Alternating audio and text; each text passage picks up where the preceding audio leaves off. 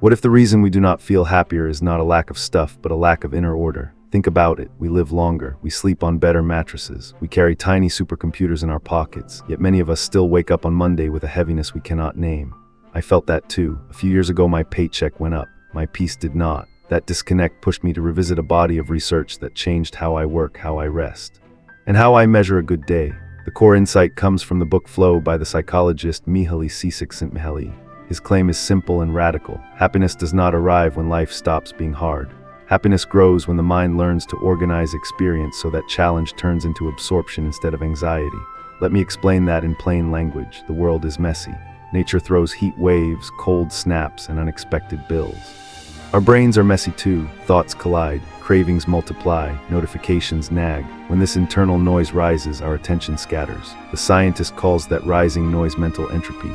You and I know it as feeling pulled in 5 directions with nothing to show for it by dinner.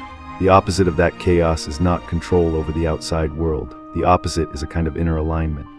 You channel your attention so that it moves in a clear stream toward one meaningful activity, not 20. When that happens, time softens, worry dims, your skills wake up, you feel fully alive. That state is flow. Here is why this matters for those of us in the United States juggling rent, kids, commutes, and a calendar that always seems too full. We have been taught to chase outcomes. The bigger job, the nicer kitchen, the next vacation, those are fine. But outcomes move the finish line every time you cross it. No wonder the joy fades by Tuesday. Flow shifts the game. It says the quality of an hour can be designed from the inside, regardless of what is happening across town or across the internet. It says fulfillment is not a prize at the end of the race. Fulfillment is a skill you practice while you run. So what exactly is flow? Strip away the jargon and it is deep, playful focus. It shows up when 5 things align. First, you are doing something you actually care about. Second, you have at least a basic level of skill so your hands know what to do. Third, the challenge is a hair above your current level, not way below or way above. Fourth, you receive feedback as you go so your brain can adjust in real time. Fifth, you know what success looks like in the next small window. Clear goals, feedback, a good match between skill and challenge, interest, that is the recipe. You have felt it, maybe while cooking a complicated dish. Maybe while writing code and forgetting to check your phone for a whole hour. Maybe on a run at the park when your breath and your feet finally matched and your mind went quiet for once. People often ask, does flow count if it happens during a video game or a gambling high? Flow is a neutral state. The moral weight depends on the activity and its long-term effects. The research gently reminds us that an experience creates lasting well-being when it builds skills, serves values, and adds real-life meaning. A video game can train pattern recognition and quick decision-making. It can also be a way to escape hard feelings without healing them. Casino can generate intense focus. It can also empty a bank account and break trust. The wiser question is not, did I feel absorbed? The wiser question is, did this absorption make me more capable, more connected, and more aligned with who I want to become? Let me ground this with a very American story. I know a rideshare driver in Chicago who used to dread his shifts. The routes felt repetitive. The tips were middling. His mood was flat by the afternoon. After we talked about flow, he designed micro challenges into his day. He set a clear goal for the next 2 hours, 3 meaningful conversations that left the rider smiling. Feedback was instant. He could feel the shift in the car. The challenge was slightly above his normal social effort, not absurd. He kept a small notebook and jotted what worked. He began noticing patterns. A genuine question about someone's hometown beat a generic question about the weather. A quiet car with soft music beat a chatty monologue. Within a month, his tips climbed. More important, the shift no longer felt like gray paste. It felt like a game worth playing well. That is flow in ordinary life. You do not need a studio or a sabbatical. You need a plan to lower mental entropy and direct attention toward one worthy task at a time. Here is how I do it and how you can try it this week. First, choose what to care about on purpose. Most of us inherit goals without noticing. A family expectation, a neighborhood status symbol, a metric our company loves. Flow pushes you to name a smaller, truer aim for the next hour. Finish this section of the report with clarity. Edit the podcast intro so it sounds like a friend is talking, not a robot. Prep a simple, healthy dinner that will still taste good tomorrow. When your aim is concrete, your attention has something to land on. Second, tune the challenge. If the task is far below your skill, you get bored. If it is far above your skill, you get anxious. The sweet spot sits just past your comfort zone. Think of it as a reachable stretch. If you are learning Spanish, a conversation about your day with a patient friend is a stretch. A debate about constitutional law is a panic trigger. If your job is too easy, raise the standard. Deliver the report with one clear insight instead of just the numbers. If your class is too hard, break the mountain into stairs. One paragraph before lunch, another paragraph before dinner. One honest question for your teacher tomorrow. Third, build a tiny feedback loop. Flow loves quick signals. The faster your brain knows what is working, the faster it adapts. Set a timer for 25 minutes and track how many words you wrote. Press play on your audio draft and listen for smoothness. Ask a coworker what was the clearest part of this deck. Calibration beats guesswork. Fourth, remove the static. Mental entropy spikes when a dozen tabs are open in your head. Close them on purpose. Before you begin the task, write down the errands and worries that are screaming for attention. Then tell them the truth. Not now. I will return at 4 o'clock. Put your phone in another room. Turn your chair so you face a blank wall. Noise-canceling headphones are a gift. A glass of water next to the keyboard is a gift too. These simple moves lower the platform's wobble so your attention can balance. Fifth, make a graceful entrance. Brute force does not work well as a door into flow. Ritual works. Pick a small pregame that signals your brain. I light a cheap candle. I breathe slowly for 8 cycles. Then I say a sentence out loud. For the next hour I am here. It takes less than 1 minute. It changes everything. To make this real, let me offer a 1-week plan. It is not fancy. It is not perfect. It is designed for a life with kids, a job, and a dog that wants to go out at 5 in the morning. All times are written in words so your voice assistant can read them smoothly. Adjust as needed. On Monday, set a single flow block from 8 in the morning to 9 in the morning. Choose one task that matters, close all other loops, use the timer, stand when it rings, drink water, walk for 2 minutes, then return for another 25-minute round if your schedule allows it. At night, jot 3 lines in a notebook. What did I choose? What worked? What will I adjust? On Tuesday, tune the challenge. If yesterday was too easy, add a stretch. If it was too hard, carve the task into smaller moves. Think stairs, not cliffs. If you are a nurse on a busy floor, your flow block might be a 20-minute window to improve one skill, like starting in Roman 4 calmly or refining how you deliver instructions. If you are a parent at home, your flow block might be a focused play session where your only job is to be fully with your child for 50 minutes, phones away. Absorption is not limited to offices. On Wednesday, design feedback. Ask for a quick look from someone you trust, not a full critique. One question. If you had to keep one part of this and delete one part, what would you choose? Write the answer down. Resist the urge to defend yourself. Use what helps. Let the rest go. On Thursday, clean the channel. Do a 20-minute clutter reset before your flow block. Put papers into one stack. Close random tabs. Empty the trash on your desktop.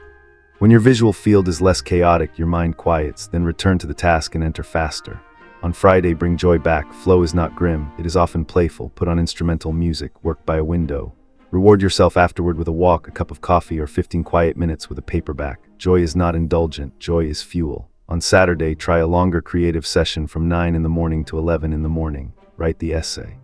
Paint the wall, learn the song. The brain can hold deep focus for that long when you prime it with meals, water, and a clear plan. On Sunday, reflect and reset. From 5 in the evening to 5:30 in the evening, ask 3 questions. Where did I feel most absorbed this week? What made it easier? What will I repeat? Then plan the next 1 or 2 flow blocks for the coming week. Keep them short and specific.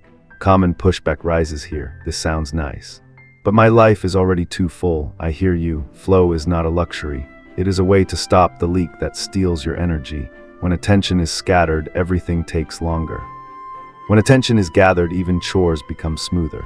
Fold laundry with full presence and a gentle playlist. The pile shrinks faster. Cook dinner with full presence and a little curiosity. You learn to salt earlier and taste more often. The meal improves without extra cost. This is not magical thinking, it is mechanics. You reduce mental entropy by limiting the number of open loops. You direct your finite energy where it counts. There is another barrier that has to be named. Desire without bottom. The appetite for more rises with each win. That is human. The ad industry knows it well. Flow does not kill desire. Flow refines desire. When you spend more hours in absorption, you get clearer about which goals are worth your time.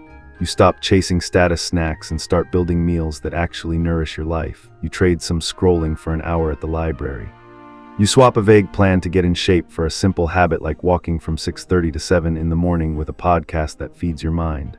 You feel different in 6 weeks, not because the world softened, but because your attention did. Let us talk about school and work, because that is where many of us spend most days.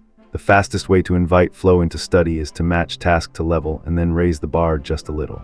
If biology feels like a wall, break the chapter into 3 mini sprints. Read for 20 minutes, close the book, write 5 lines from memory, check, repeat. Each loop gives instant feedback and builds a sense of progress.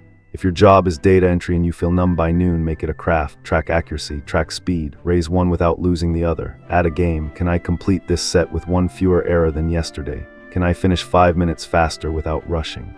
Pair the metrics with moments of human contact. Say the person's name on the phone. Smile with your voice. These tiny switches turn a blur into a field you can care about. Sometimes the job truly does not fit, the challenge is wrong, the values clash. When that is the case, be honest with yourself and start building a bridge out. Flow can help you cross the bridge without burning out. Use your flow time to upgrade a skill, finish a certification, or create a small portfolio. Use the rest of your hours to pay the bills. Dignity lives in both. Do not wait for the perfect window. Use the window you have from 8 at night to 9 at night when the kids are in bed and the house is finally quiet. That one steady hour can change the shape of a year. Because flow thrives on attention, we should name the single biggest thief of attention in our era: the endless scroll. There's nothing wrong with a funny dog clip at 9 at night. There's a lot wrong with 2 hours of doom. To protect your attention, make one rule: choose your entertainment on purpose.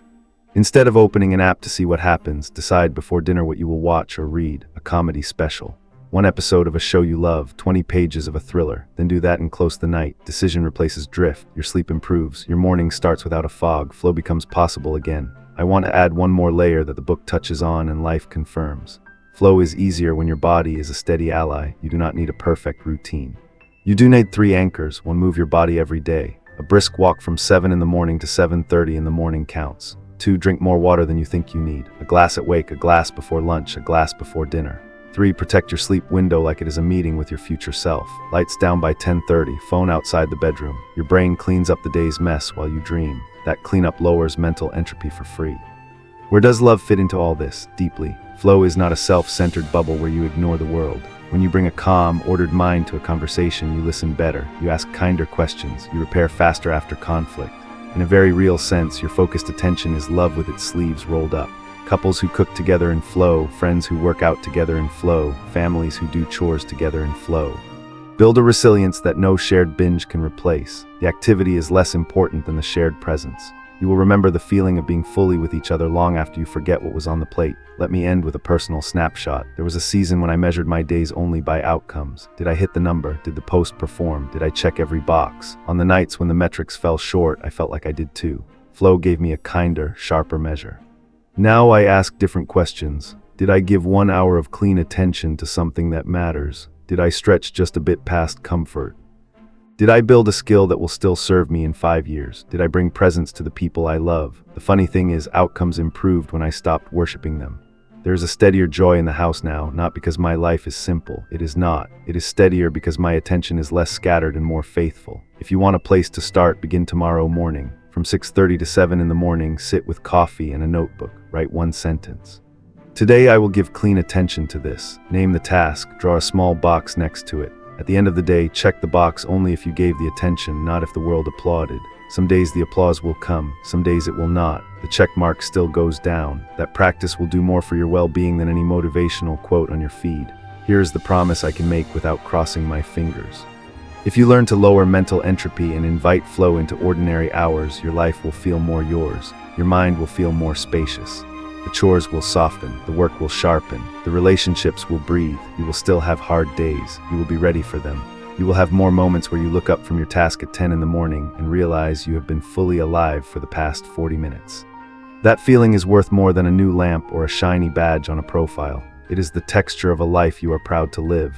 If this inspired you, please give it a like, subscribe for more weekly insights, and share it with a friend who's on this journey with you. Thanks so much for being here. I truly appreciate you. See you in the next video.